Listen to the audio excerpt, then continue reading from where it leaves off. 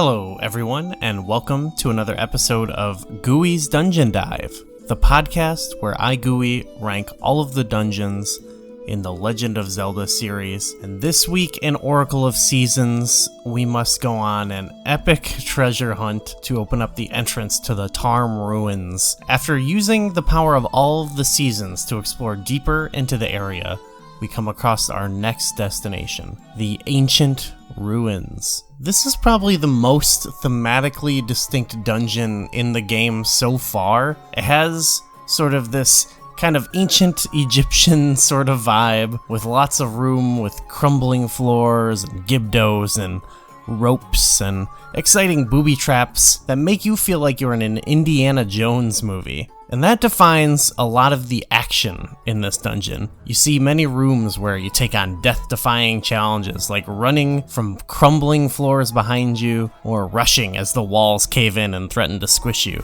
It's very consistent in this, I think. The other standout feature in this dungeon is that it's another classic tower dungeon. There's 6 floors total, and you navigate it by hopping up and down between the levels to find new paths up. It's cool to see those trampolines come back. And it's really cool how you start with the first floor and it's really vast. And as you progress up, the square footage of the floors seem to kind of get less and less. And it really makes you feel like you're on a big climb, you know? It reminds me of something like the Ice Palace in A Link to the Past. And it feels like the basis for some of the A Link Between Worlds dungeons, but we haven't gotten there yet. We also see the return of this spinny platform guy, and it's a little bit more involved here. It requires you to use it much more this time, and the game sort of guides you back to it from the directions you need to progress through it, but it's not totally explicit. So it does kind of require you to figure out how it works again, and this time actually make the proper moves. It is strange to see it here in this dungeon with the theme,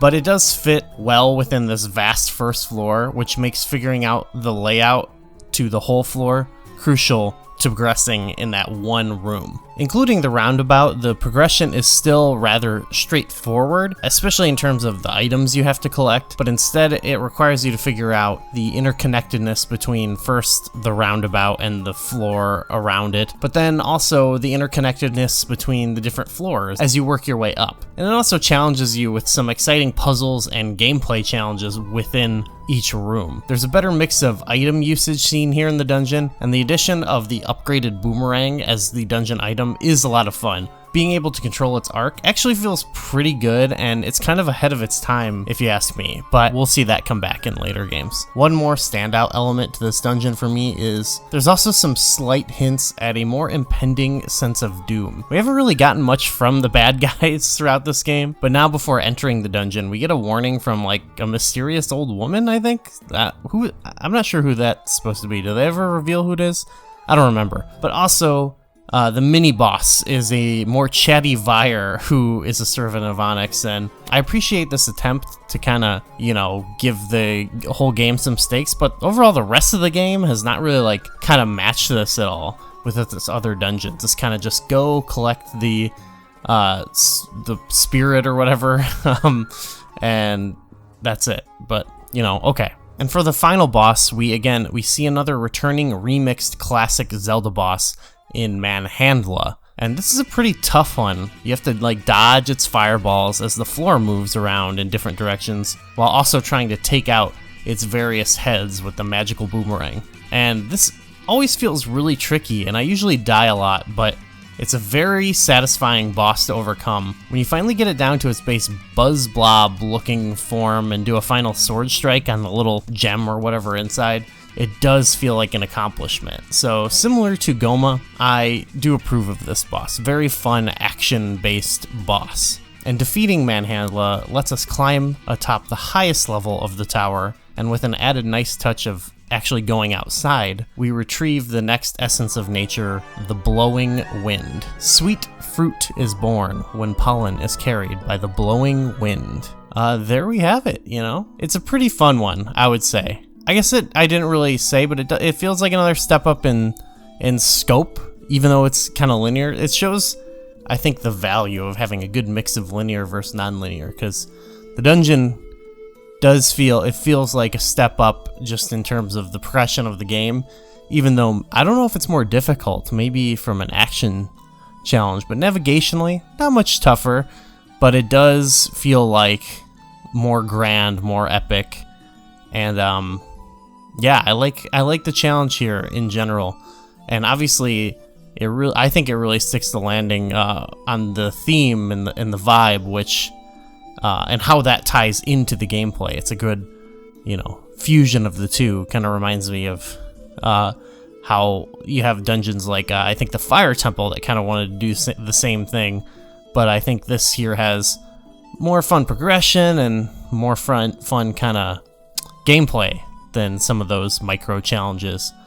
But let's look at it in terms of Oracle of Seasons. I'm kind of, it's kind of tough. I feel like it's close with me to Dancing Dragon Dungeon. Dancing Dragon, it's like, I feel like I like the layout and everything better, and I like that central thing of the carts here. There was pretty cool. It's really close. I don't know even if I went above Dancing Dragon, if it would go in my top 10.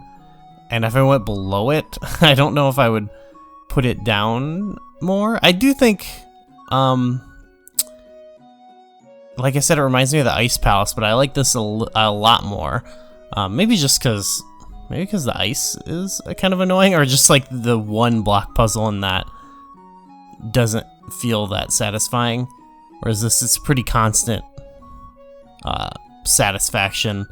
But it doesn't totally change the game, but I think it might be one of the best